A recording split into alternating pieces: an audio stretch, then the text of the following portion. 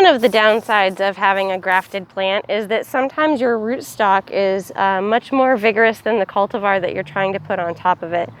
So that's pretty common with a lot of roses, especially roses that you purchase at the store.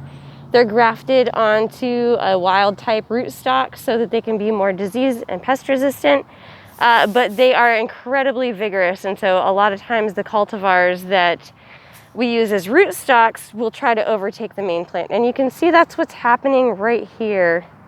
This long stem that I'm pointing out has a slightly different leaf structure and thorn structure than the rest of the plant, and that's how you can really tell the difference between the rootstock of a rose and what's supposed to be on top. Oftentimes those rootstocks will have single petaled roses that have only like 5 petals instead of many, and they will also have a different thorn structure and often a different leaf structure. Here we see another type of grafting anomaly. This is a weeping plum that was grafted onto an upright plum.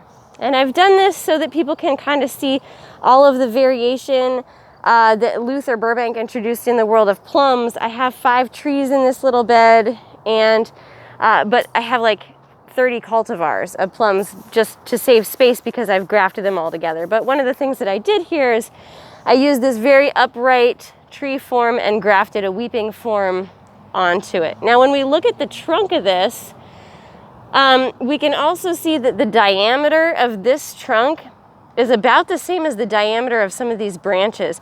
And that's really interesting because the upright branches of this tree were 7 years old when I put the Scion on of this. So this is an example of having a very vigorous top growth on a tree form that was a little bit less vigorous. Now I'm going to show you a more extreme example of what happens when you put a really vigorous top on a not so vigorous bottom. This is a paradox walnut. They call it paradox because it grows twice as fast as a regular walnut. And they often graft it, well, they use it as a rootstock in most cases because it is more vigorous and it can be pretty disease resistant to some pathogens that the more commercial eating walnuts are susceptible to.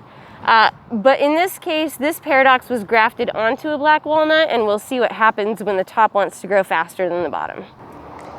Here is where the graft union is on this tree, and so you can see that there's a really big constriction where the rootstock comes up to meet the Scion, and eventually this is going to be pretty weak in the wind, and so if we have something that's this top heavy on something so tiny, the concern is that it could snap. And so that's pretty common if you're using like a dwarfing rootstock on an apple tree or something like that. And those particular kind of trees, if you're going to put them on dwarfing roots, yeah, they'll stay small, but you'll probably have to stake them to keep them from breaking.